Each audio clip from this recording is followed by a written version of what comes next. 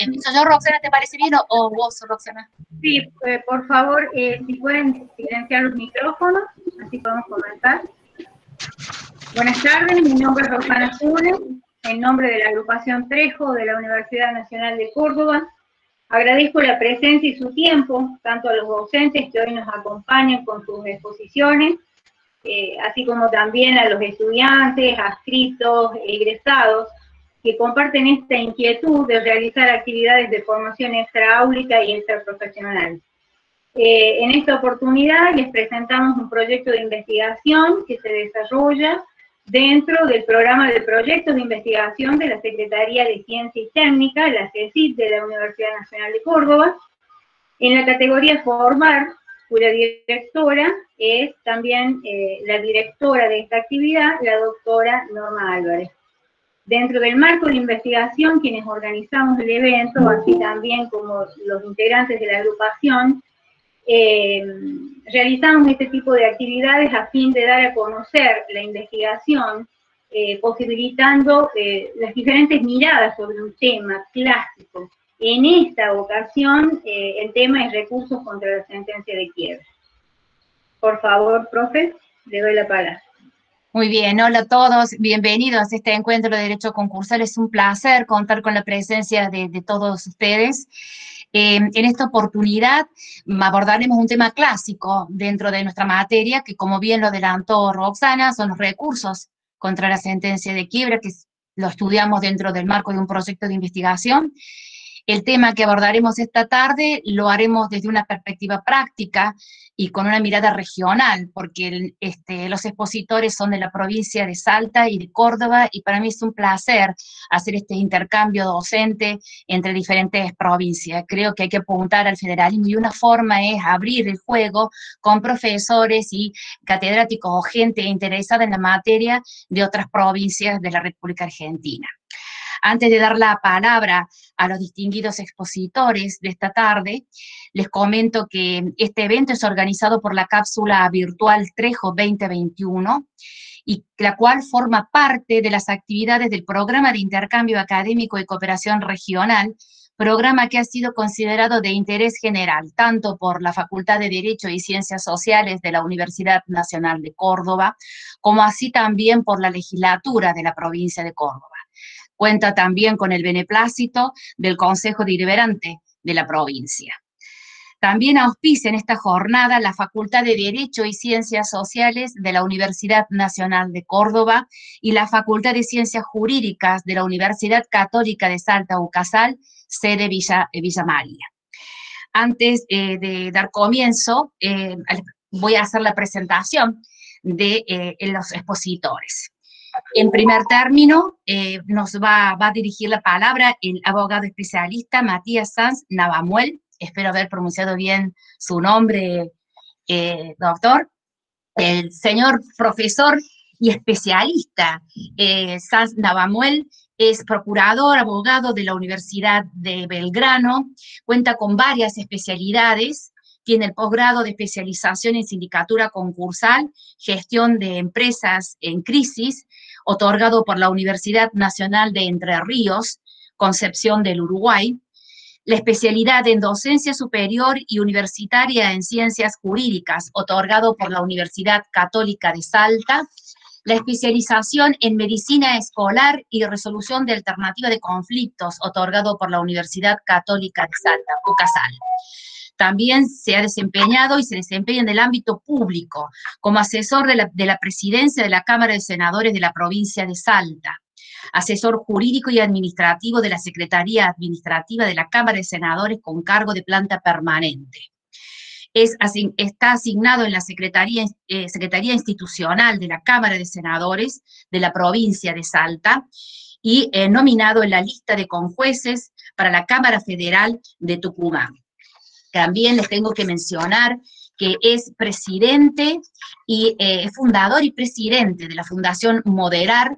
Cuenta con varias publicaciones, entre ellas en la revista de Sociedades y Concursos, que se encuentra bajo la dirección de Ricardo Nissen, y se desempeña en numerosas actividades docentes como el docencia superior en ciencia jurídica, UCASAL, capacitación para docente de derecho en educación a distancia, mediación escolar y resolución de alternativas de conflicto, y finalmente diré taller de capacitación docente, uso pedagógico de tecnología, haciendo una prieta síntesis del camino curricular del profesor especialista Matías Sanz Navamuel. Si le parece bien, le doy la palabra, Matías. El micrófono. Ahí está el micrófono, ¿se escucha? ¿Sí? Bueno, muy buenas tardes, doctor Ruson, doctor Muñoz, y las señoras que nos acompañan.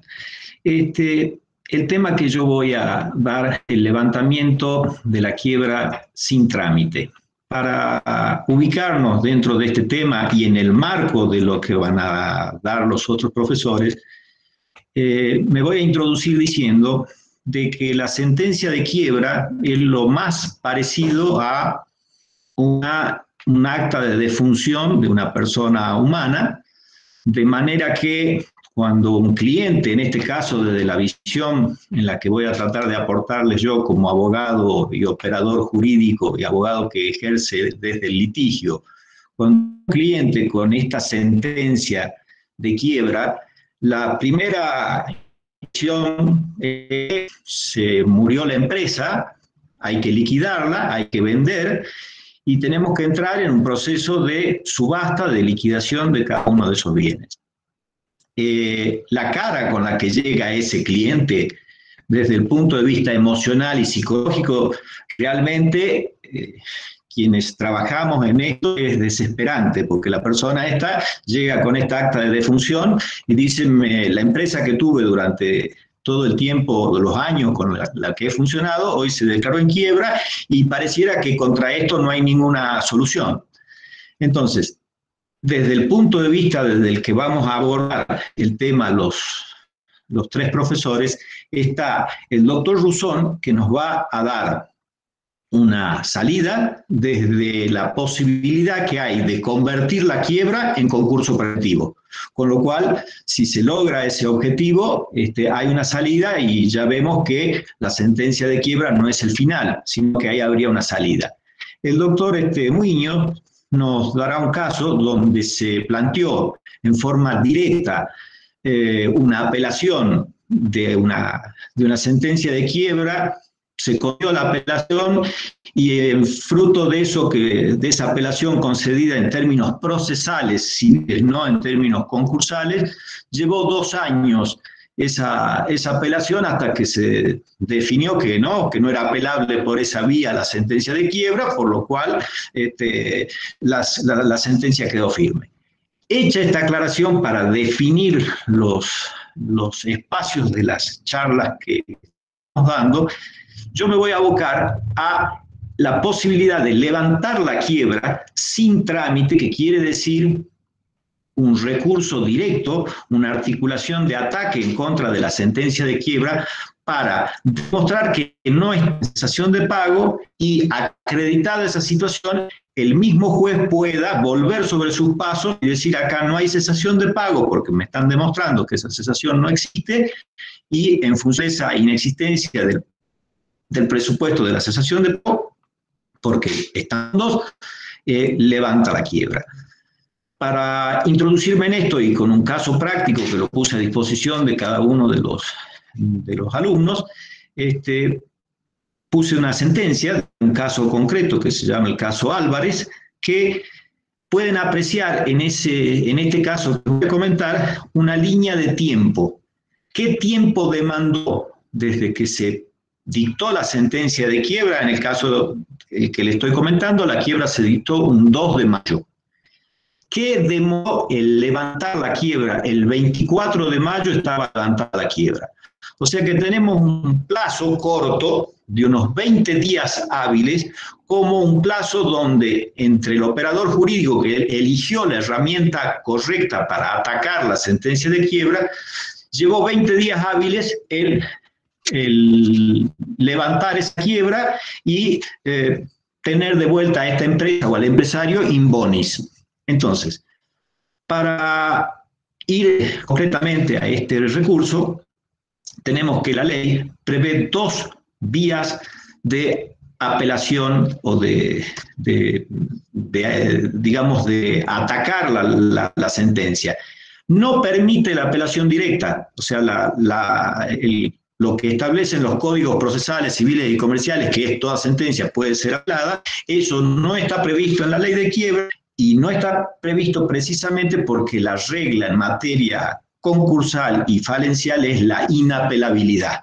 Teniendo en claro ese principio, la sentencia de quiebra también participa de esta característica de que es inapelable. Ahora, si bien es inapelable, ¿qué prevé la ley de quiebras? Prevé que ante el dictado de la sentencia de quiebra, ya sea porque no ha contestado el emplazamiento el propio deudor o porque lo contestó de manera insuficiente, le prevé la posibilidad que el fallido haga dos únicos planteos, o la reposición de la sentencia de quiebra o el levantamiento sin trámite. Los dos casos van a tener como característica demostrarle al juez de que no se está en cesación de pago. ¿Cómo hago para demostrarle al juez que estoy en fondos y que no estoy en cesación de pago? Acá les hago un simple paréntesis de la obra que me parece más precisa respecto a la cesación de pago, al estado de cesación de pago, que es la obra de Raimundo Fernández de 1931. Me parece que es la obra que sigue, donde se comenta mucho el derecho italiano, pero me parece que es la obra más clara que habla de cuando una persona, una empresa está en cesación de pago, y a esa obra bien vale remitirnos y que ustedes, alumnos, tengan en cuenta que por más de que sea una obra del año 1931, tiene toda la vigencia para la materia que hablamos. En el marco de la materia que hablamos, también hay que tener en claro que tenemos dos principios. Un principio en materia concursal está dado que la ley de quiebra es una ley de fondo, pero también, además de ser una ley de fondo con sus presupuestos, también es una ley de forma. O sea, es prácticamente la única materia digamos, en el universo de las materias que ustedes han ido aprobando, donde tenemos esa conjunción de tener en una misma ley plazos, procedimientos y recursos específicos a la par de un derecho de fondo. En el marco de esta cuestión, cuando hay que revertir el estado de cesación de pago, ¿cómo puedo revertirlo en este caso?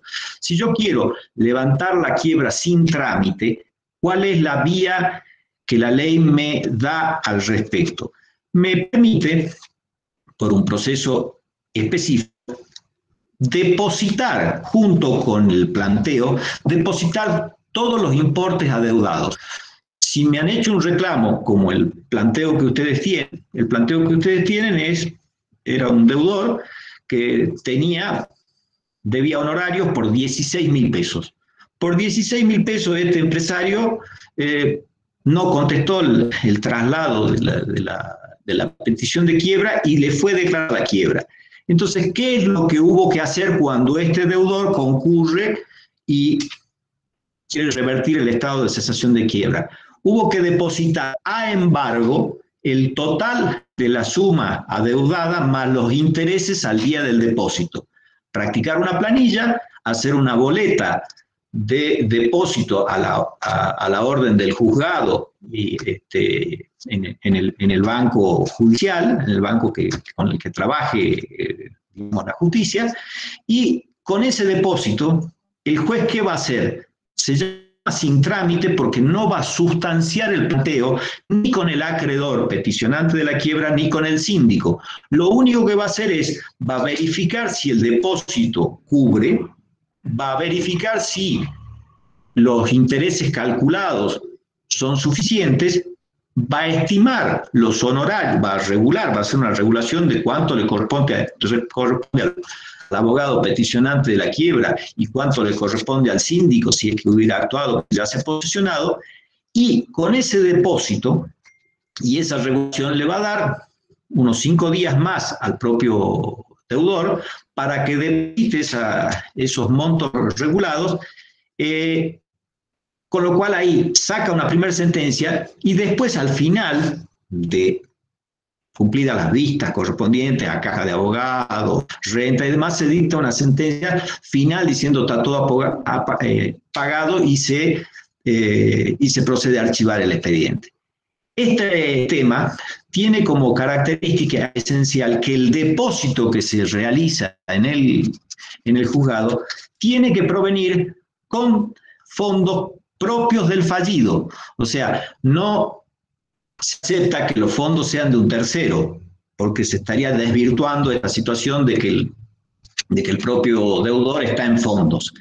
La otra situación importante que tiene el planteo de el levantamiento de la quiebra sin trámite difiere del otro que prevé la ley, que es el recurso de reposición, que es también la posibilidad de plantearle al juez que no estamos en presencia de una cesación de pago o que la persona a la que se le ha dictado la quiebra no es susceptible de ser declarada. Entonces, existe acá una división en la doctrina que sustenta que se podrían, es minoritaria esta postura, la sigue Cámara con el comentario de Martorell, ellos dicen que sí se pueden plantear los dos planteos juntos, el de la reposición y el levantamiento de la quiebra sin trámite, pero que el juez tendrá que primero tratar el levantamiento de la quiebra sin trámite y después tendrá que tratar el otro. Esa es una postura totalmente minoritaria, no es la opinión de la mayoría y tampoco es la que aconsejablemente tomamos los abogados litigantes cuando viene una persona declarada en quiebra. No podemos jugar un riesgo entre decir, bueno, hago dos planteos y veo por las dudas, porque, a ver, no funcionan los dos planteos a la vez, porque se está ejercitando dentro del tribunal, le estaría haciendo dos pretensiones diferentes y el juez tiene que tratar una de las dos. O sea que es un caso donde, por decirlo de alguna manera, el planteo tiene que ser seguro y tiene que darle tranquilidad a este deudor que viene declarado en quiebra. Y ustedes, hay un libro, hay un artículo muy interesante en el REPAR de Fabier Dubois, padre, que habla de las emociones del deudor. Es recomendable ese artículo porque en esas emociones del deudor, cuando el deudor viene declarado en quiebra, como abogado, primero tenemos que trabajar como si fuéramos psiquiatras en tranquilizar a esta persona y buscar dentro del derecho cuál es la solución que vamos a plantearle.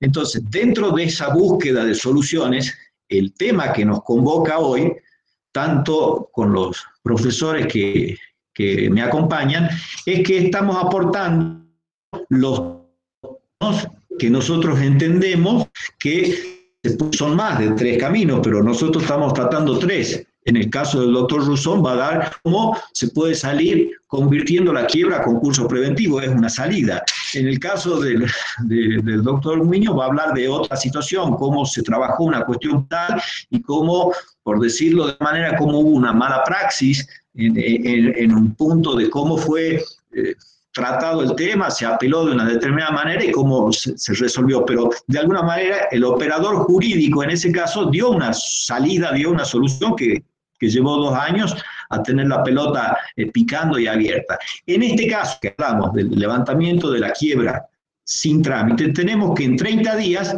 se logró demostrarle al juez que el deudor estaba en fondos, se depositaron las sumas que inicialmente se adeudaban. En cuanto el juez practicó planilla, reguló honorarios, también se depositó eso y se depositó tasa de justicia, caja de abogados y el juez dio por terminada la cuestión. En esa final de la cuestión hay un tema que es importante, que es que la sentencia de quiebra cuando es levantada por este procedimiento, es una sentencia que no causa estado. ¿Qué quiere decir que no causa estado? Que perfectamente otro acreedor que se crea con derecho a pedir nuevamente la quiebra lo puede hacer perfectamente porque va a ingresar al proceso, va a abrir un nuevo proceso con un nuevo crédito y se verá en ese sentido qué es lo que hace qué conducta toma el deudor. Y finalmente le cierro esto, este punto del levantamiento de la quiebra sin trámite, diciéndoles que hay una cuestión puntual de la notificación, porque a esto es lo que enfrentamos, se dicta una sentencia de quiebra, a que nos enfrentamos a hacer el planteo en tiempo y forma. Y se dan varias situaciones. La primera es que el fallido haya contestado el emplazamiento al momento de que se le pidió la quiebra. En ese caso, el fallido ya está en el proceso. Entonces, ahí hay un primer punto que puede empezar a correr el plazo para este planteo, que es de 5 días, puede empezar a correr el plazo desde la nota que el juzgado pone respecto de la sentencia de quiebra, o sea, se puede notificar por nota. La segunda es que si el fallido por otra razón y demás, se va y se notifica personalmente en el juzgado, porque está en medio de una audiencia y se notifica la sentencia de quiebra. La otra es, que es la que toma la ley toma, para no dejar ninguna duda, es que toma 5 días desde la última publicación de dictos. Entonces, el plazo de 2 días se computa desde esa última publicación de dictos, con lo cual, para que el planteo esté en tiempo y forma, tiene que entrar dentro de esos 5 días. Como precaución procesal, a la que a nosotros arribamos en este caso, frente a esas posibilidades de estar notificado por nota o en una audiencia, o el último plazo, que es el de la publicación de dictos, la idea es no correr riesgos, y si yo estoy notificado porque me presenté antes desde la nota, tengo que tomar ese plazo para que el planteo entre en tiempo. Y la forma es el resto de los requisitos con los que planteamos el recurso. Dejo espacio a quienes siguen y a disposición al final de la charla de las aclaraciones que puedan pedir y de las observaciones que los mismos profesores puedan formular, porque me tocó hablar antes y bueno, me tocó presentarle un poquito el tema a ustedes, pero era para dar una unicidad y que esté organizado. Muchas gracias. Muchas gracias, doctor Sanz Navamuel. Ha sido un gusto escucharlo. Antes de continuar y presentar al siguiente expositor, les voy a mencionar que los alumnos que tengan alguna duda o los que asistan a esta jornada, a este evento, que quieran formular una pregunta, lo tienen que hacer por el chat. Y los chicos que están encargados de hacer el listado de las preguntas me los van a pasar, y a medida que una vez que expongan los 3, yo voy a formular las preguntas que se hagan en el chat, las voy a oralizar, digamos, voy a exteriorizar las preguntas. De ese modo nos hemos organizado. Bien, vamos a continuar. Nos acompaña el señor juez, profesor Pablo Muñoz. Les diré que el señor Pablo Muñoz es profesor de Derecho Societario de la Universidad Nacional de Salta, UNSA, y se desempeña as juez en concursos y quiebras y sociedades, juez de primera instancia y primera nominación en la ciudad de Salta. Doctor, le cedo la palabra. Muchas gracias por participar.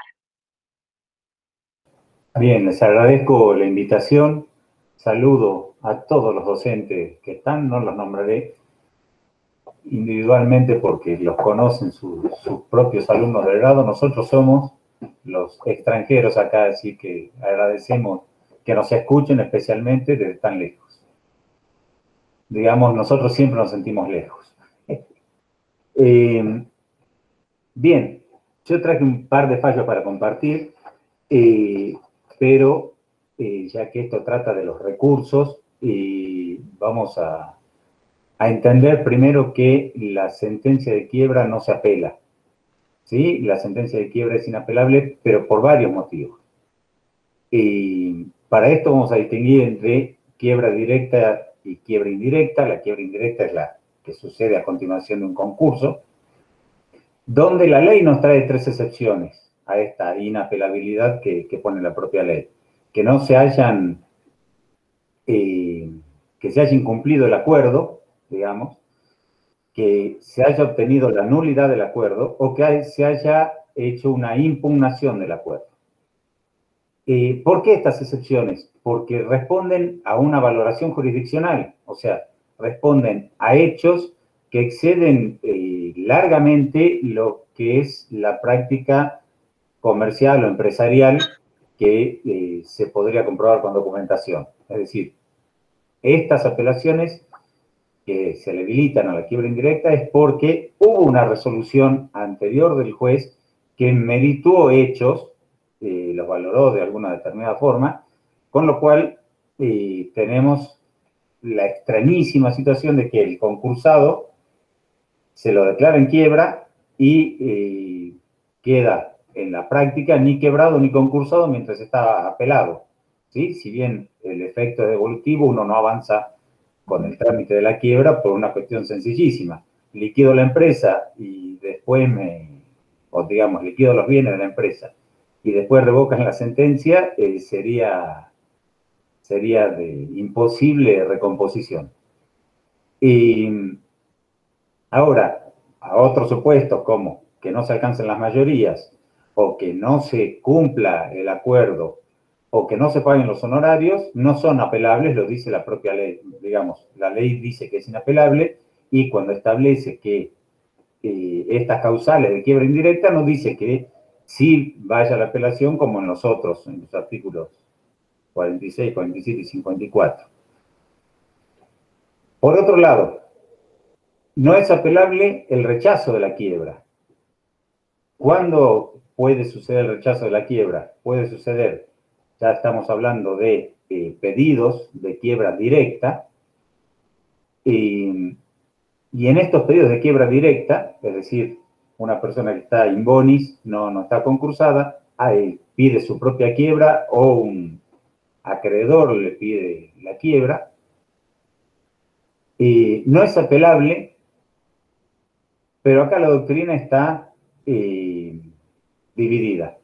Digo no es apelable porque estoy hablando de Salta. En principio sería apelable si pensamos y advertimos que no hay un proceso falencial abierto, ¿sí? El pedido de quiebra no es un proceso ni concursal ni de quiebra, es un pedido con un trámite propio y recién se abre la quiebra con la sentencia que lo declara. Aún así, digamos, tomando como válida esta postura, tendríamos que sí podría ser apelado, pero no tiene mucha utilidad práctica. ¿Por qué? Porque si el propio deudor pidió su quiebra y le faltó alguno de los requisitos, le va a salir mucho más barato, es decir, el trámite procesal de pedir nuevamente la quiebra va a ser mucho más llano que pedir a la Cámara que lo declare en quiebra, que va a implicar una resolución de segunda instancia con, obviamente, peor, o sea, con menor intermediación de los hechos. Y si fue un acreedor al que se le rechazó el pedido de quiebra, ese pedido de quiebra tampoco tiene sentido que sea apelado. ¿Por qué? Porque el acreedor puede pedir nuevamente, digamos, una cuestión de economía procesal, puede pedir nuevamente solicitar la quiebra, completando los demás requisitos y, así como decía el doctor San Manuel, esto de que no causa estado, la sentencia de quiebra entendemos que no causa estado, pero es una situación muy similar a que causar estado. Resuelto un pedido de quiebra no implica que no se puedan resolver 10 pedidos de quiebra más. En general, cuando tenemos una empresa importante, digamos, una empresa que realmente tiene actividad, que está en situación de quiebra, hay fila de profesionales pidiendo la quiebra, porque eso va a implicar obtener la declaración de quiebra, ser el primero que pone en esta situación al fallido, es decir, está beneficiando a la universalidad, va a implicar una regulación de honorarios a favor de quien obtuvo la quiebra. Con lo cual, los pedidos de quiebra nunca vienen solos, ¿sí? Ahora, en cuanto a los recursos, para la quiebra directa,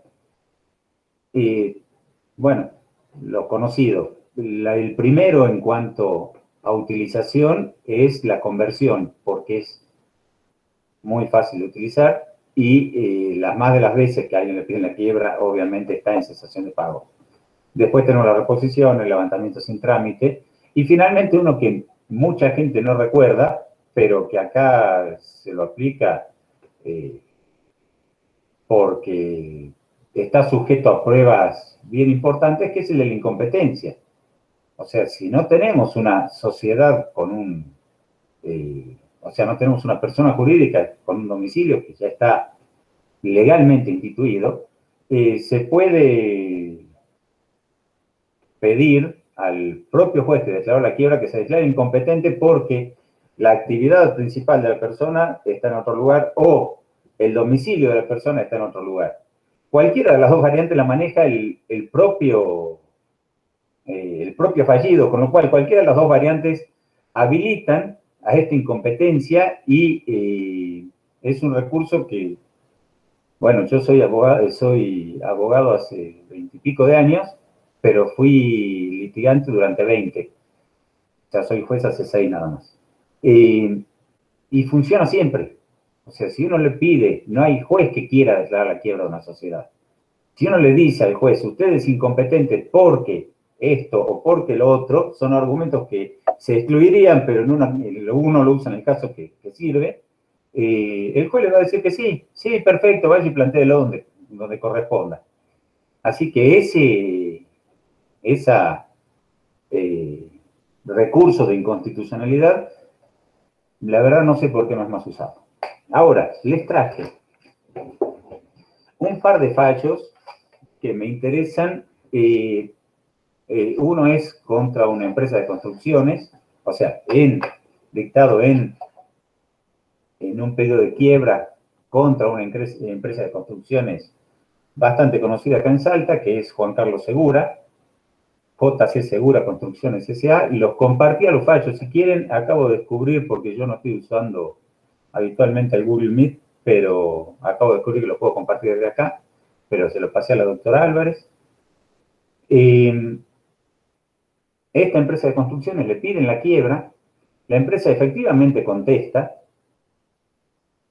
y demuestra claramente que no está en cesación de pago, por lo menos que no se intentó una acción individual que podría haber prosperado largamente porque tenía mucha maquinaria, muchos inmuebles, muchos créditos para cobrar del Estado. Es una empresa en funcionamiento y realmente por lo menos con una gran potencia patrimonial, aun cuando pudiera tener algo de liquidez.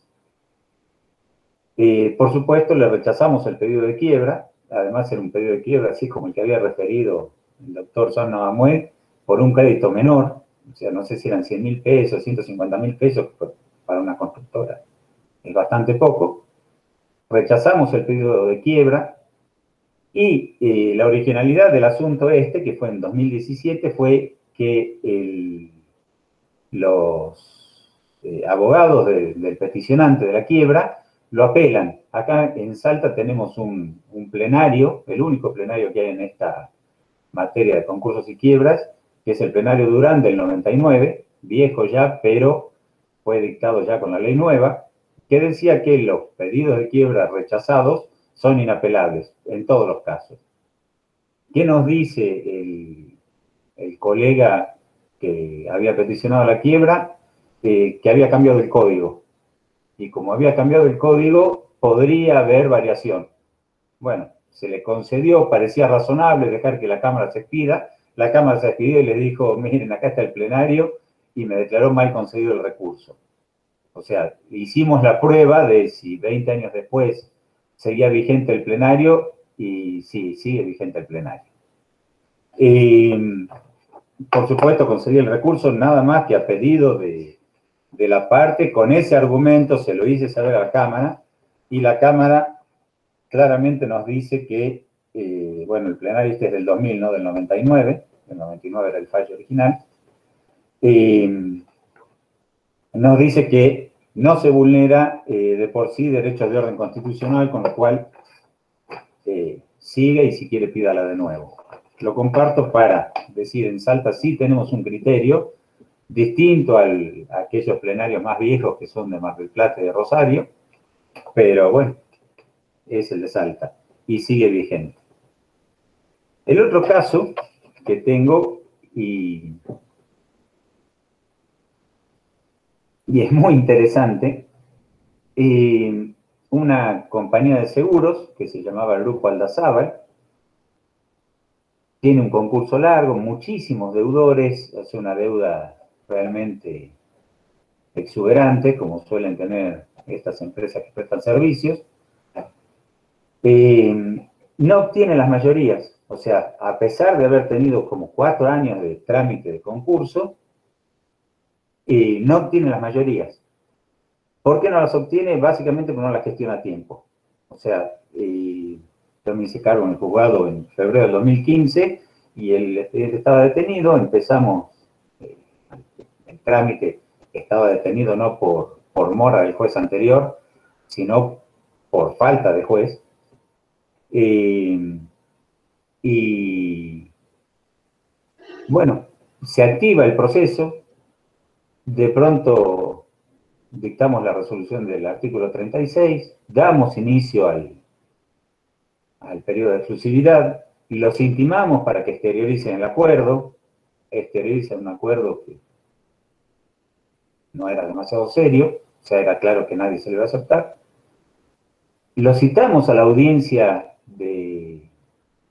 a la audiencia informativa y cuando dicen, o sea, nos llaman ese día y nos dicen para qué es esta audiencia, le explicamos que es la audiencia informativa, que en 5 días hábiles, o sea, en una semana se les acaba el periodo de exclusividad,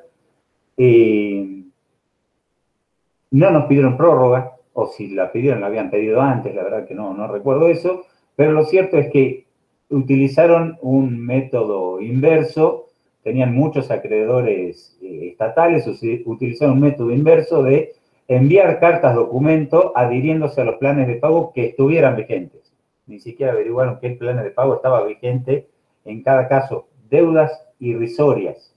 O sea, si bien debían 20 millones de pesos, 40 millones de pesos, desconozco cuánto era, municipalidad de no sé dónde, porque tenían un local, 1.500 pesos, municipalidad de no sé dónde, otros 1.500 pesos, y así. Lo cierto es que tenían sucursales en todo el norte, de Córdoba hasta La Quiaca, tenían sucursales en muchísimos municipios, y declararon adherirse a los planes de pago que estuvieran vigentes.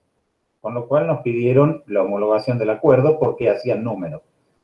Tenía un condimento especial de que el crédito más grande, que eran muchos millones, les había dado el acuerdo, que era el Liderar, la empresa de seguros, pero se los había dado cediéndole la deuda a una persona que terminaba siendo pariente. No nos quisimos meter en eso, dijimos, bueno, no tienen número suficiente.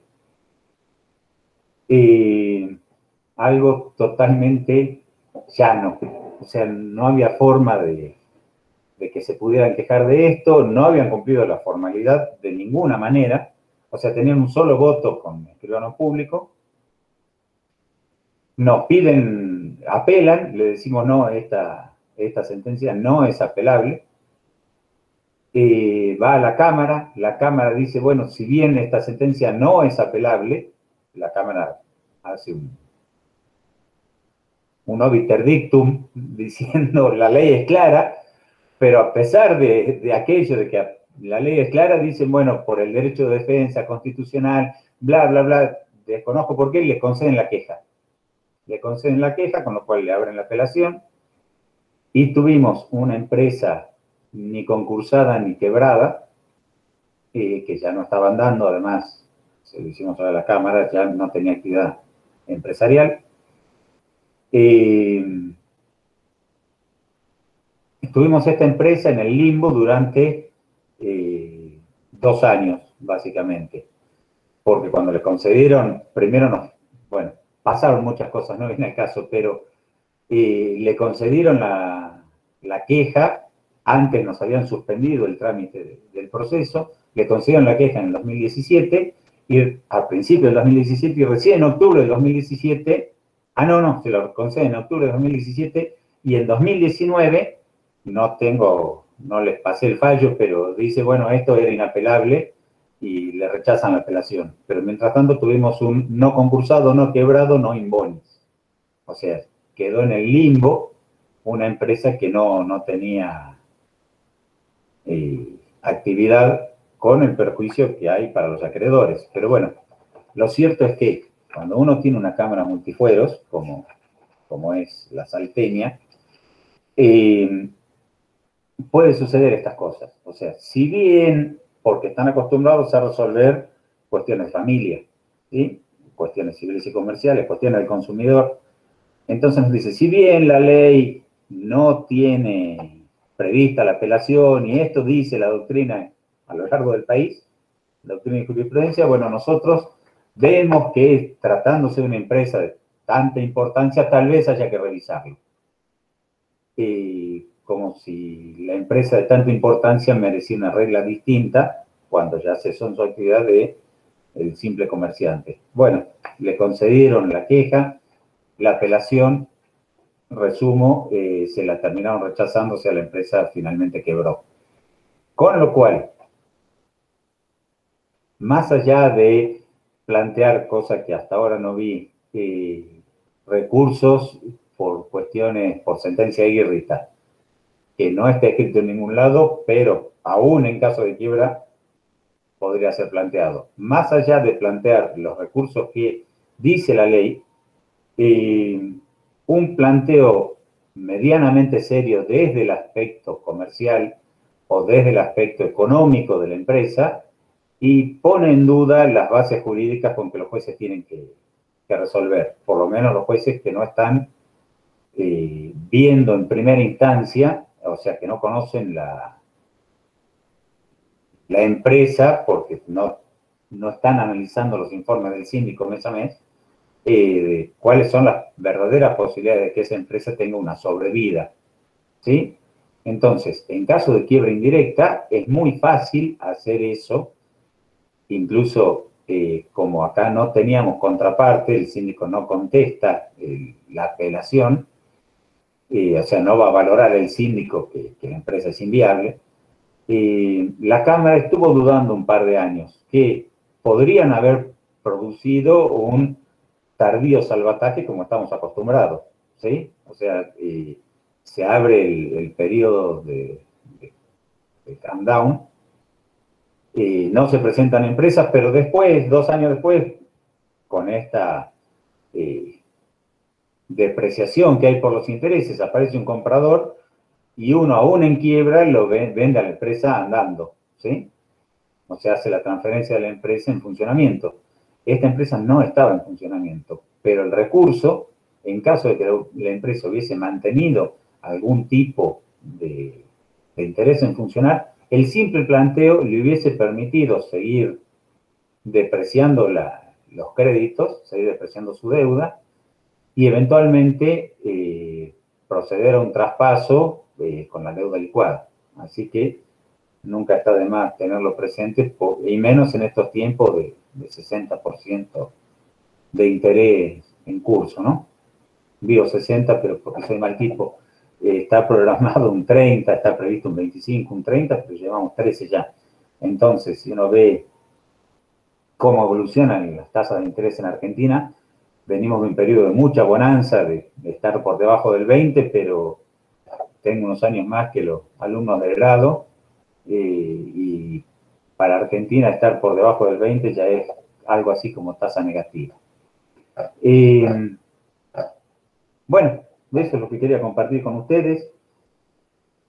Puedo hablar lo que quieran sobre los recursos, pero no hay mucha práctica, no hay nada demasiado creativo sobre cómo funcionan los recursos. Si les puedo aclarar alguna duda que tengan, porque todavía no litigaron, pero la verdad es que la ley de concursos en este tema funciona muy parecido a lo que dice en los manuales, ¿sí? No hay nada, no hay mucha creación jurisprudencial al respecto. Y bueno, cada jurisdicción tiene ya su práctica habitual, como esto que les decía, del fallo del plenario de Salta del 2000, del plenario Durán, que nos dice que es inapelable a una cuestión que puede ser discutible, el rechazo de los pedidos de quiebra por los terceros acreedores.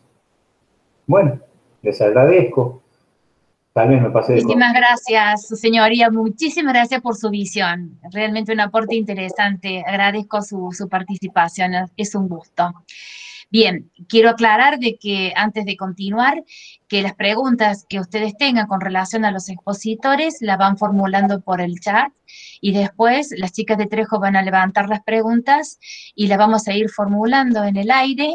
En primer lugar, le vamos a dar la posibilidad al expositor que quiera participar y hacer su propio aporte, y si no, bueno, la vamos a dirigir puntualmente a quien la ha abordado específicamente el tema.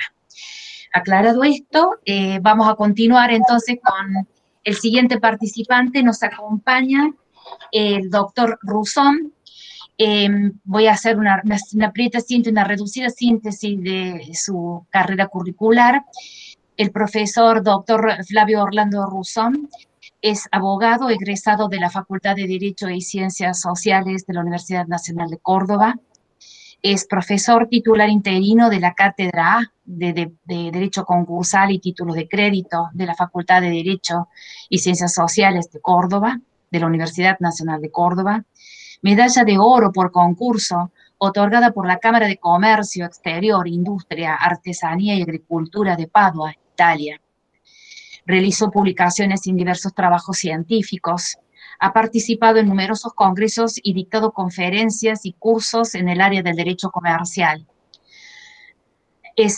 Fue exdirector de la Sala de Derecho Comercial del Instituto de Estudios Jurídicos del Colegio de Abogados de Córdoba.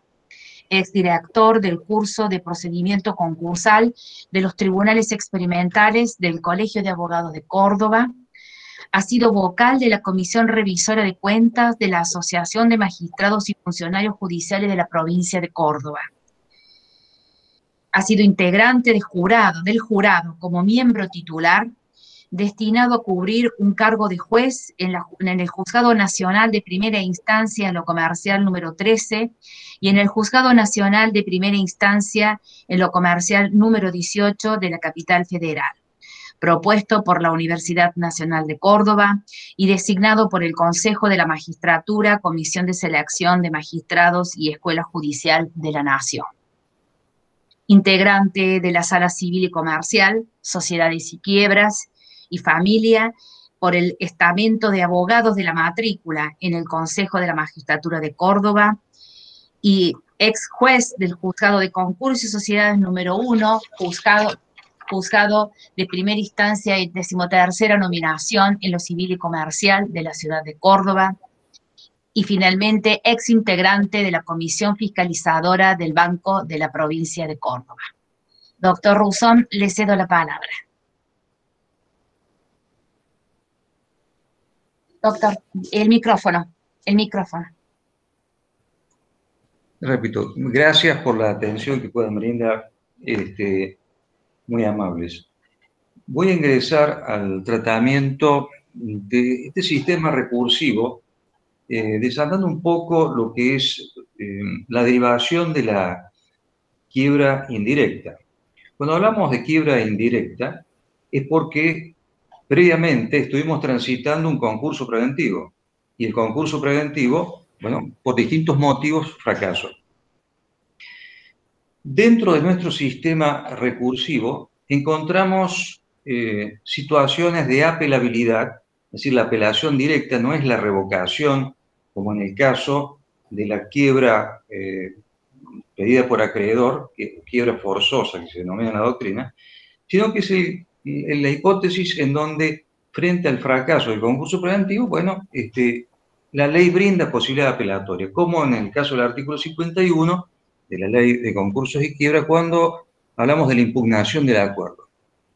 recuerden ustedes que existe la posibilidad, una vez que se obtienen las mayorías necesarias para homologar el acuerdo, que el juez pone a disposición ese acuerdo de los acreedores por 5 días y pueda ser impugnado por algún acreedor que haya participado en la votación, inclusive algún acreedor que hubiese verificado tardíamente su fe.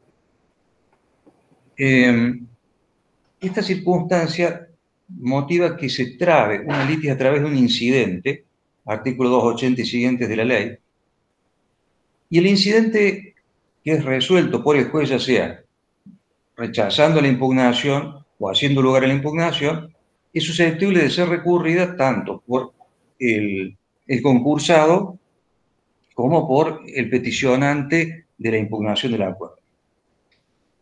Lo interesante del caso es que, llegado a la Cámara, se dio un motivo por el cual la Cámara, en este caso era la Cámara Novena, que tiene competencia de Córdoba, que tiene competencia en materia de concursos, acogió el planteo en orden a que existía un abuso en la propuesta de acuerdo y, sin embargo, no declara la quiebra, sino que decide tomar lo que se denomina la tercera vía. Es decir, le asigna un plazo, mejor dicho, le dice al juez de primera instancia que le asigne un plazo para que este grupo, en un grupo económico, reformule la propuesta de acuerdo y la readecue para que no pueda ser nuevamente impugnada.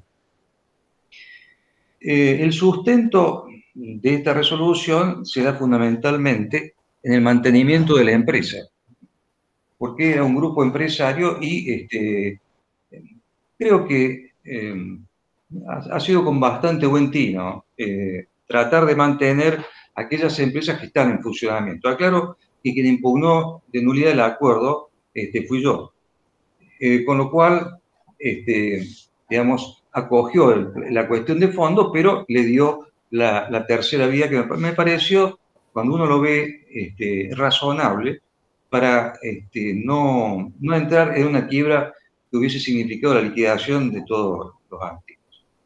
También existe la posibilidad de utilizar el recurso de apelación cuando existe una pretensión de nulidad del acuerdo, o sea, ya está homologado el acuerdo y dentro de los 6 meses de esa homologación del acuerdo se descubre alguna circunstancia vinculada con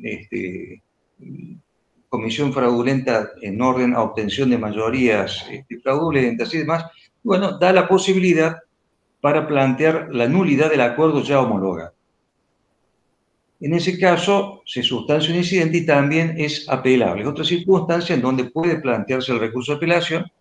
Y también habíamos visto la posibilidad de plantear recurso de apelación cuando algún acreedor o el propio síndico, en el artículo 63 de la ley, le da la posibilidad de pedir la quiebra del deudor por incumplimiento del acuerdo.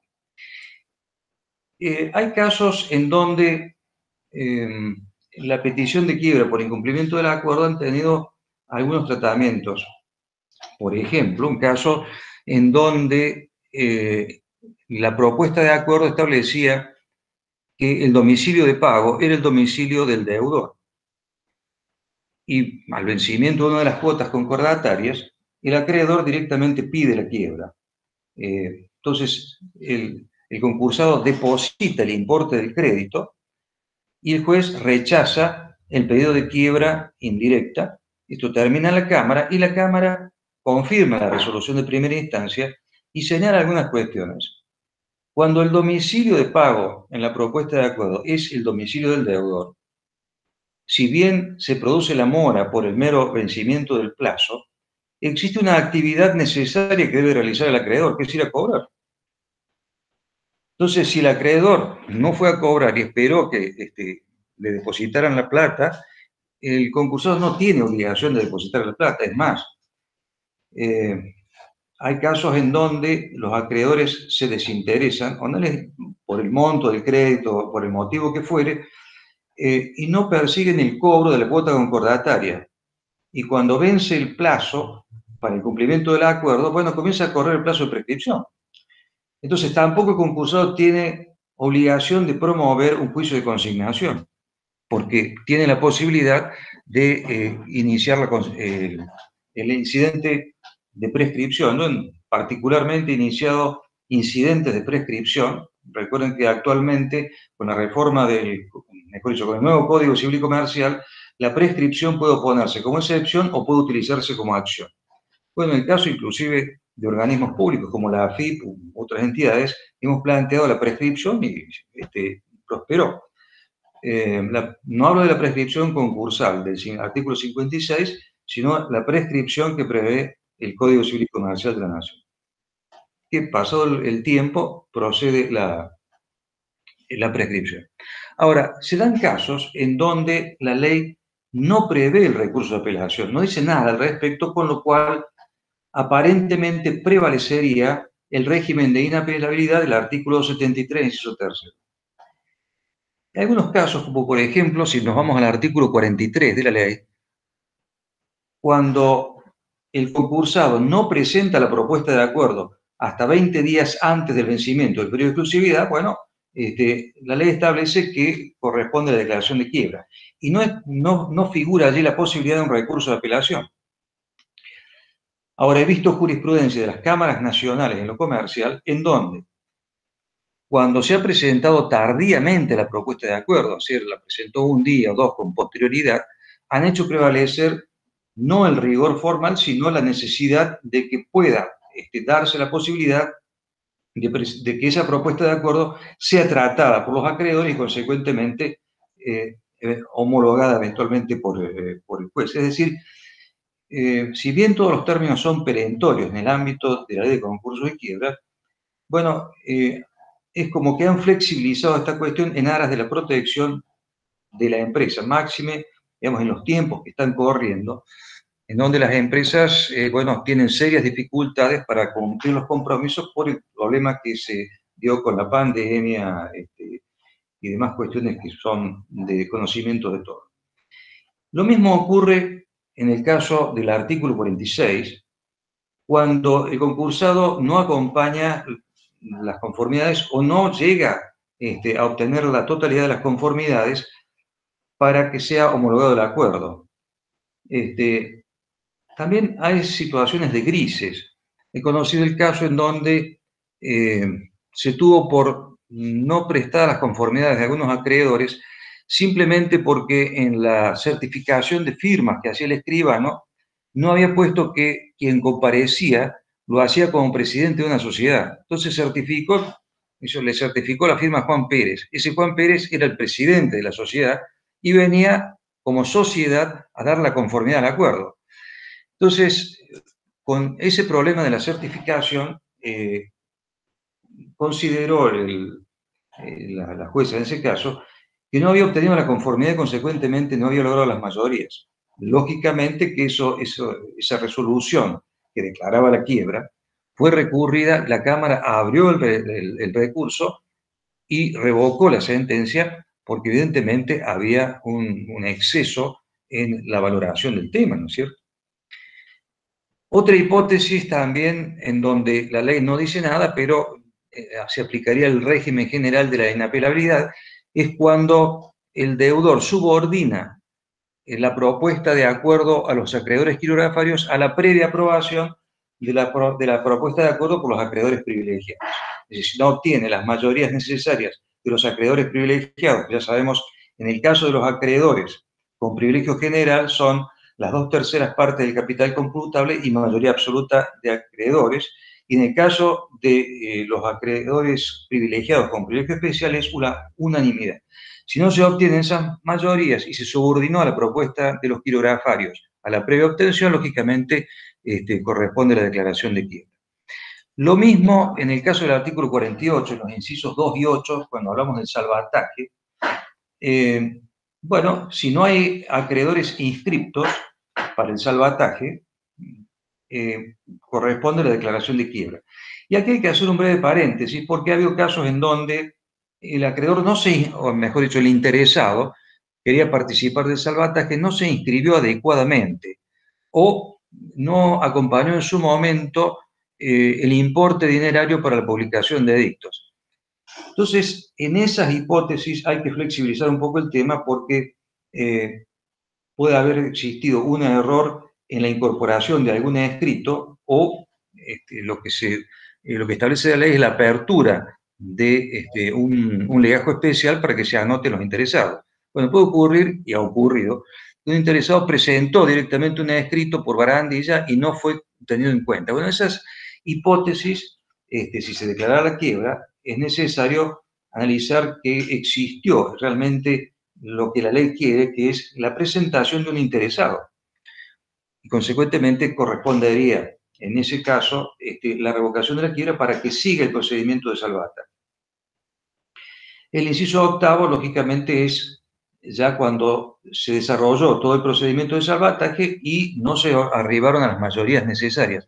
Aquí caben las mismas reflexiones con la homologación del acuerdo, si hubiere, o no, de lo que hemos planteado en relación a lo que es la impugnación del acuerdo. Van las mismas reflexiones para este caso. De todas maneras, si no se logran las mayorías necesarias dentro del plazo correspondiente, bueno, corresponde ya la declaración de quiebra por fracaso del salvataje. Y en el caso del artículo 54, en donde los honorarios regulados se tornan exigibles a los 90 días de la notificación o con el vencimiento de la primera cuota concordataria. Ha habido situaciones en donde se han ido pagando los honorarios en cuotas, en las mismas cuotas que se iba pagando el acuerdo. Y en un momento determinado el síndico pidió la quiebra. Y bueno, el tema llega a la Cámara, con lo cual se abre la posibilidad recursiva y la Cámara le dice, no, mire, usted debió haber pagado los honorarios en el momento en que se produjo el vencimiento y no pagarlo en conjunto con las cuotas concordatarias, con lo cual convalidó la declaración de quiebra. Lo que sí le estableció el síndico que no podía seguir en el proceso de quiebra porque había un interés contrapuesto evidente y designaron otro síndico. Ya ingresando un poco más, no quiero excederme del tiempo tampoco, a lo que sería la revocación de la sentencia de quiebra, no por típicamente un recurso, sino porque el deudor pide la revocación de la sentencia en virtud de presentar la conversión de la quiebra en concurso preventivo. En ese caso, cabe hacer una mención histórica, ¿no? En la vieja ley 19.551 existía lo que se denominaba el acuerdo resolutorio, que era la posibilidad que el quebrado presentara una propuesta de acuerdo y que fuera votada por los acreedores. Por eso se hablaba de acuerdo resolutorio, porque resolvía la quiebra. En la ley 24.522, en la comisión del año 95, bueno, se señaló que no se iba a mantener el régimen del acuerdo resolutorio, sino que se iba a pasar a otro mecanismo para evitar la quiebra, que es la conversión de la quiebra en concurso preventivo. Sintéticamente, es una vez declarada la quiebra, la persona interesada en revocar esa sentencia tiene 10 días de plazo desde la última publicación de edictos, que es por 5 días, para comparecer ante el juez, cumplir los requisitos del artículo 11, es decir, todos los recaudos de la presentación de un concurso preventivo, y aún es más, puede ocurrir que en ese lapso de tiempo no pueda completar todos los recaudos que establece el artículo 11, en cuyo caso se aplica la norma del artículo 11 infine, que le da la posibilidad al peticionario de que el juez le acuerde 10 días más para completar algún recaudo formal que no pudo completarlo. Por ejemplo, le faltó un balance, etc. Lo que hay que tener en cuenta siempre es que los 10 días que otorga el juez para que se cumplan los recaudos formales corren desde que se formuló la petición de conversión de la quiebra en concurso preventivo. No es que a partir del momento en que el juez le dice, mire, le doy los 10 días más, corren otros 10 días. No. Cuando uno pide los 10 días, ya sea en la presentación de un concurso preventivo o en la conversión, corren esos 10 días de hándicap desde el momento en que se hizo la petición. Bueno, lógicamente, que los sujetos comprendidos en el artículo 5 y 2 de la ley de concurso, es decir, sujetos concursables, pueden realizar la conversión de la quiebra en concurso preventivo. Lo interesante es si alguien que se presenta en propia quiebra puede convertir esa quiebra en concurso preventivo. Bueno, hay un fallo plenario de las cámaras nacionales en lo comercial que avalan esa situación, es decir, que permiten la conversión de la quiebra en concurso preventivo cuando ha sido el propio deudor el que lo ha solicitado. Hay alguna doctrina contraria a eso, y yo les comento que lo he hecho, es decir, he convertido una quiebra peticionada por el propio deudor en concurso preventivo. ¿Pero por qué? Y porque se dan algunas circunstancias que es típica de la persona que está en una mala situación. Tiene la esperanza de poder revertir y ya tiene ejecuciones. Y en esas ejecuciones están por subastar inmuebles, maquinaria, etc. Entonces, hasta el último momento cree que puede revertir la situación. Y coincido en el análisis que hacía el doctor Sanz cuando hablaba de Raimundo Fernández en su obra Fundamentos de la Quiebra. Dice que el comerciante pasa por distintos estadios de su cesación de pagos y realmente ya cuando está exangüe, recién ahí acude a tratar de solucionar el problema. Eso también se daba en estas hipótesis. Entonces, frente a la inminencia de la ejecución colectiva, hubo que pedir la propia quiebra y convertirla después en concurso preventivo. Por supuesto que hay exclusión, es decir, no puede peticionar la conversión de la quiebra en concurso preventivo en caso de quiebra indirecta, ahí ya no. O si está transitando un concurso preventivo o si está en el periodo de inhibición que prevé el artículo 59, es decir, cuando ha finalizado, ha concluido por cumplimiento del acuerdo un concurso preventivo. Es un mecanismo útil, no es típicamente un recurso, pero sí es una fórmula de revocación de la sentencia de quiebra que en estos tiempos, lógicamente, viene bien para los sujetos que están con los avatares de la economía golpeados en estos momentos. Bueno, quedo a disposición para cualquier pregunta que quieran hacer y gracias por su atención. Muchísimas gracias, doctor Ruzón. Realmente un informe completo. Hemos tenido una visión de una temática que es un tema clásico, que si se quiere muy abordado o no hay grandes cambios, sobre todo con el nuevo código. Sin embargo, hemos visto experiencias y visiones distintas que tienen que ver con la problemática. Hemos repasado doctrina clásica, como mencionamos ambos expositores, a Raimundo Fernández. Por eso podemos ver que de un tema tradicional, un tema que es un clásico del derecho concursal, podemos hacer un reenvío chequeando las disposiciones de la práctica, chequeando las disposiciones del nuevo Código Civil y Comercial, teniendo en cuenta lo que se da en la práctica, en el ejercicio de la profesión.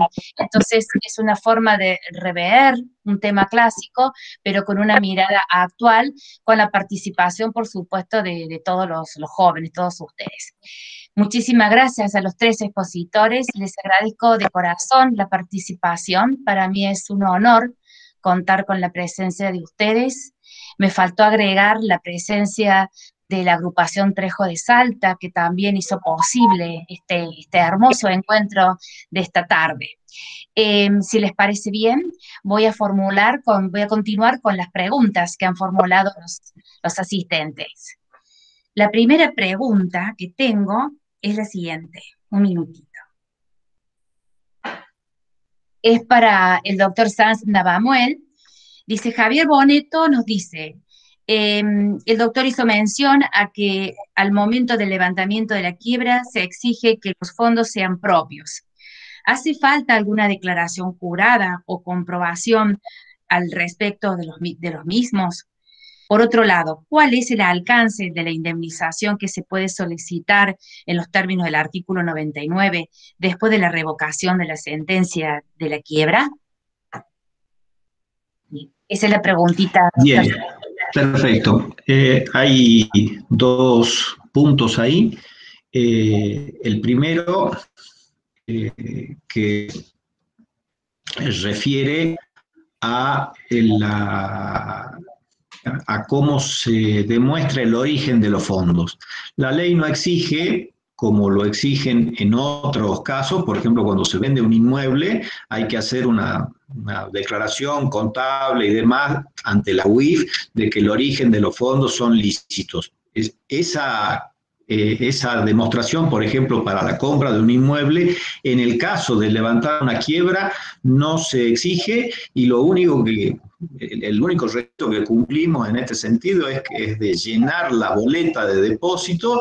Si estamos haciendo un patrocinio de entrado, hacemos que la firma de esa boleta de depósito la realice el propio deudor. Con lo cual, la respuesta es que no se exige una demostración en ese sentido.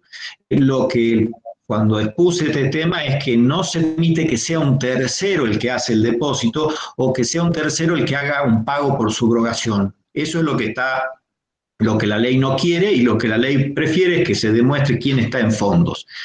Respecto de la segunda cuestión, en relación a los daños y perjuicios que se puede solicitar por parte del deudor una vez concluido el proceso de levantamiento de quiebra, es una instancia que se da como un proceso nuevo, un juicio ordinario que va a tramitar en competencia del mismo juez del concurso, o sea que se va a analizar desde esa especialidad, se va a analizar si el pedido de quiebra ha sido abusivo o no.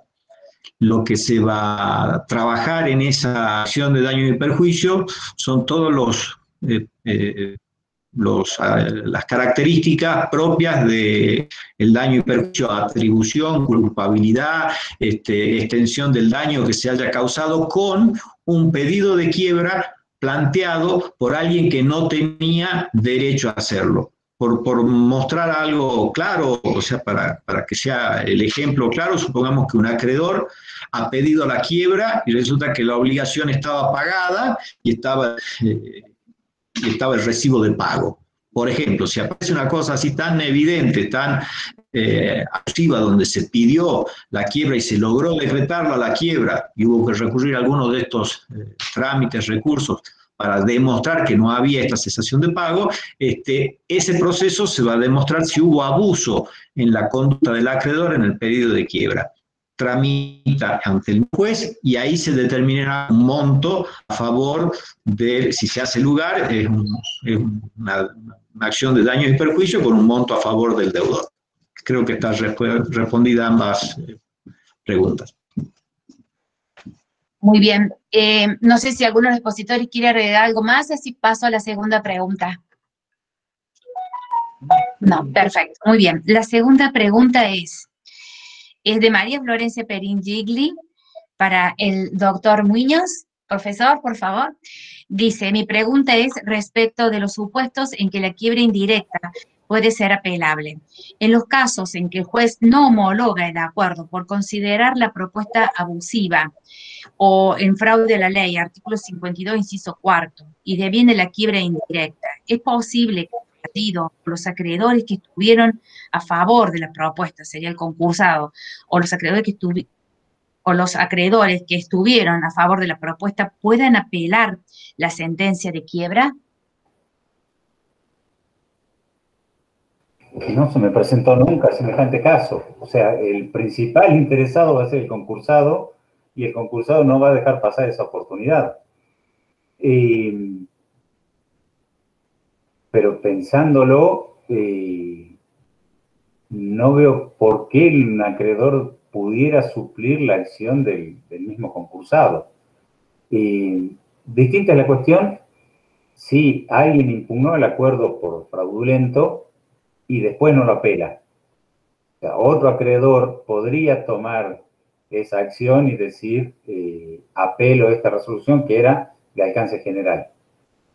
O sea, ante el rechazo. Pero habiéndose declarado la quiebra, si el propio deudor no apela, no se me ocurre que un acreedor pudiera demostrar interés legítimo para la supervivencia de la empresa que no defiende el propio empresario.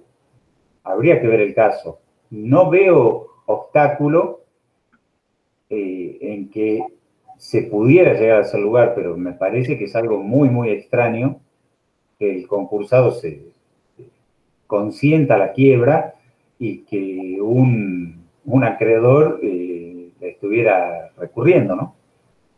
Bien, O sea, bien. no lo veo en la práctica eso. Perfecto. No sé si alguno quiere agregar algo, uno de los expositores. Sí, yo le agregaría algo. Los acreedores no están legitimados para recurrir esta resolución y solamente pueden actuar en los casos en que la ley les asigna la oportunidad procesal para actuar, ¿cierto? Esto inclusive está es decir, en todo el desarrollo de la ley se prevé las posibilidades de actuación de los acreedores. En este caso coincido totalmente, es decir, si el propio concursado no recurre a la resolución que declara la quiebra, el acreedor no está legitimado para hacerlo. Máxime si no se homologó el acuerdo por abuso o por una propuesta abusiva, ¿no es cierto? Esto va de suyo. Salvo que el deudor recurra para buscar la tercera vía, que puede en algún otro caso. Pero si no, el acreedor no está legitimado. Yo coincido totalmente. Si yo pudiera agregar algo más, si me permiten, hay que tener en cuenta también que estos procesos concursales tienen muy restringida la legitimación el fallido y también lo tiene restringida el acreedor. Entonces, la prioridad es que el procedimiento se desarrolle sin ningún obstáculo. Y si es una cuestión que hace estrictamente al interés del concursado, me cuesta verle la legitimación al acreedor para intervenir en el proceso, para ejercer este tipo de medidas. Me resulta difícil, coincido. Bien, si no hay nada más que agregar, paso por la siguiente pregunta. La tercera pregunta es para el doctor Rousson.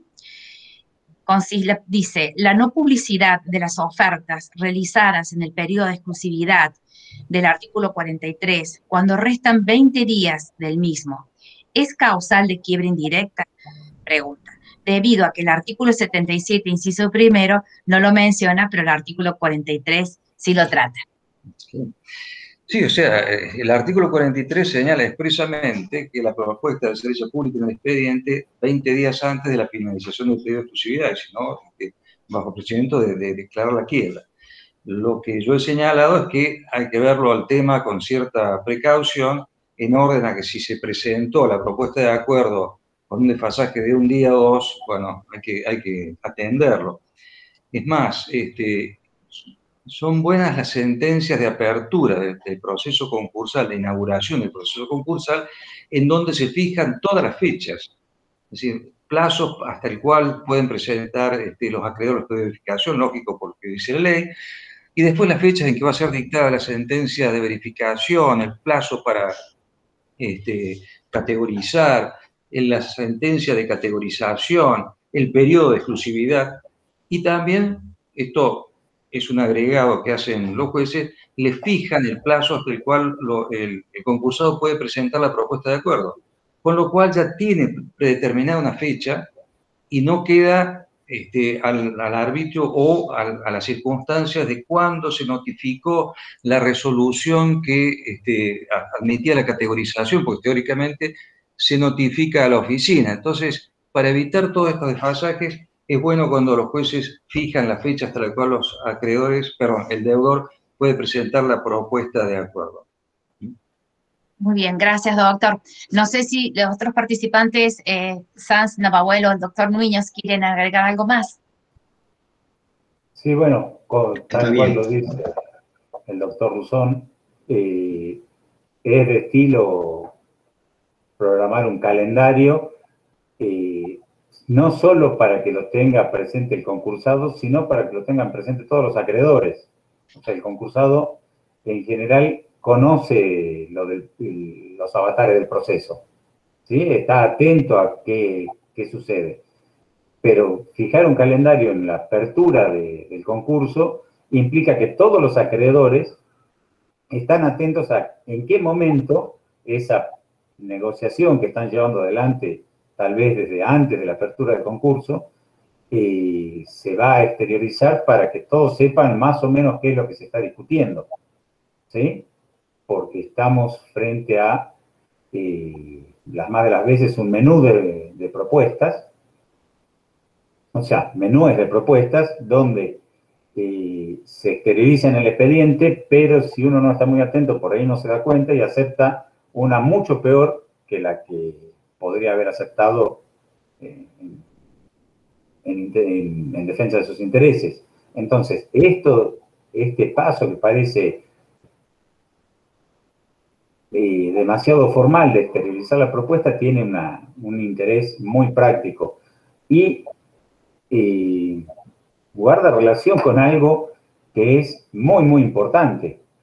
La modificación de la propuesta que se haga implica obtener de nuevo todas las conformidades. O sea, el concursado exterioriza por lo menos 20 días antes la propuesta que está negociando con todos los acreedores o el menú de propuestas que está negociando con todos los acreedores. Pero todas las conformidades tienen que ser posteriores a la última modificación.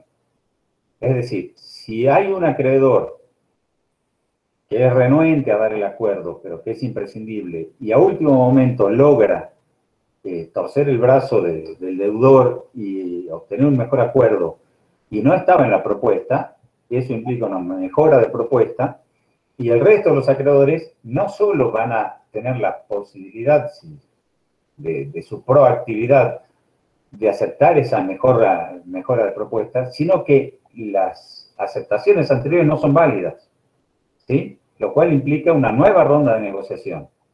Entonces, esto de estirar la exteriorización de las propuestas que se vienen manejando en forma privada, digo, estirar es demorar la exteriorización de la propuesta, las más de las veces va en contra del propio deudor.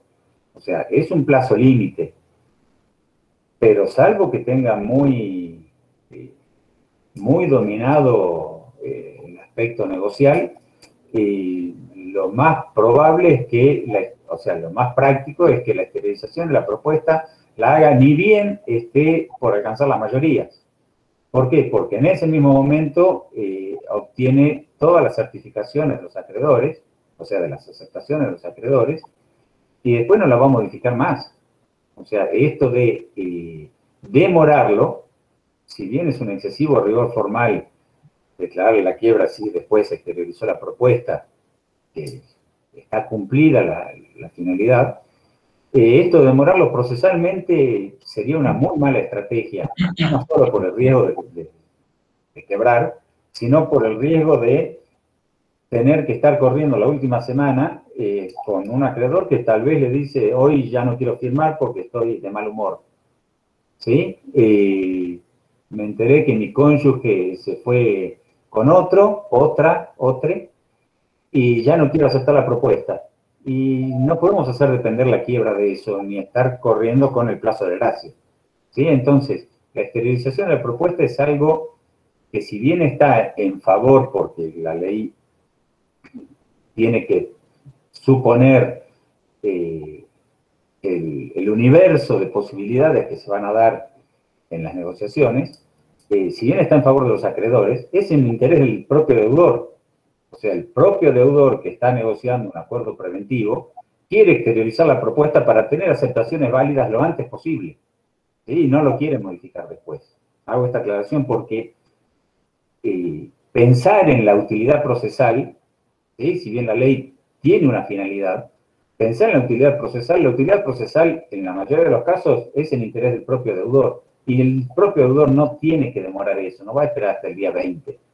O sea, inmediatamente tiene la resolución del 36 y dice, bueno, hace cuentas una noche y dice, esta es la propuesta, porque ya la viene negociando. O sea, esto se negocia. El armado de un concurso no comienza con la presentación, ni el deudor espera la resolución del 36 para saber cuánto debe. ¿Sí? La resolución del 36 en todo caso le va a dar alguna grata sorpresa de que una deuda que ya sabía que la tenía que pagar, alguien pidió mal y no se la reconocen, pero él sabe cuánto debe. Y él sabe cómo negociar. Entonces, desde antes de presentarse al concurso, está negociando la deuda. ¿Sí? ¿Por qué demoraría la exteriorización de la propuesta? No tiene sentido.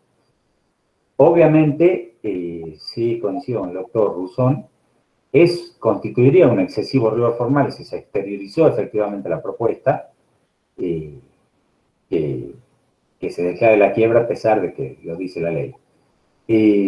Nosotros, digo nosotros, pero en realidad esto es práctica habitual en todos los juzgados que conozco, o sea, de otras partes del país, días antes de que se tenga que exteriorizar la propuesta, días antes de que se tenga que cumplir cualquier acto, estamos en contacto con el concursado. No es una cuestión de tutelar, pero sí estén atentos porque prefiero no resolver ningún recurso por una omisión estúpida, ¿sí? Acuérdense que tienen que hacer esto, el propio síndico está en contacto, por lo menos acá en Salta, que es un pueblo bastante chico, es una ciudad grande, pero nos conocemos todos, no hay mucha gente que haga concursos, todo el mundo está en contacto, entonces se va manteniendo con los propios litigantes, no te vayas a olvidar de tal cosa. Y la gente que litiga en concursos en general sabe a qué está jugando, con lo cual no se le va a pasar un plazo como este. Bien, bien, muchísimas gracias, un gusto. Gracias por su intervención, Pablo, muchísimas gracias. Hay una pregunta más, es para Matías Sanz Navamuel.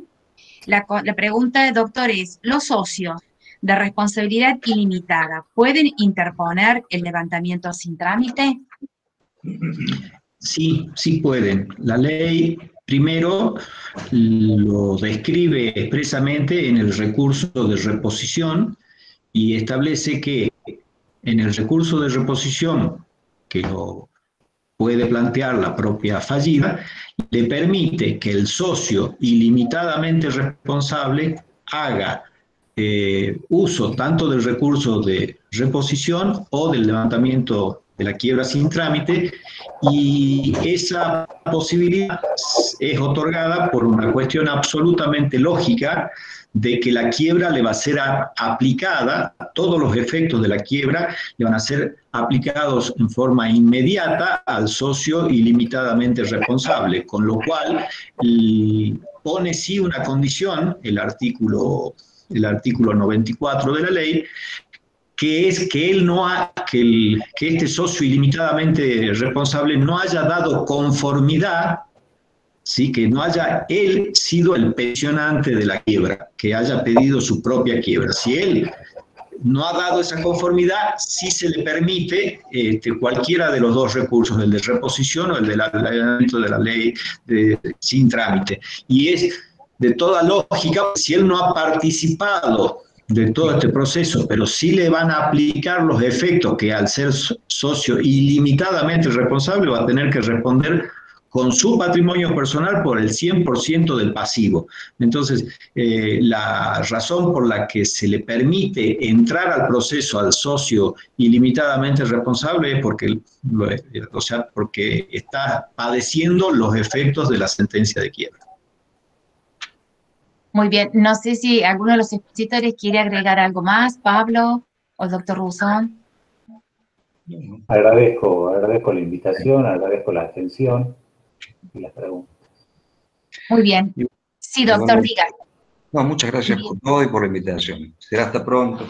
Bien, bien. Si no hay otra pregunta, un minuto. Muchas gracias muchas gracias.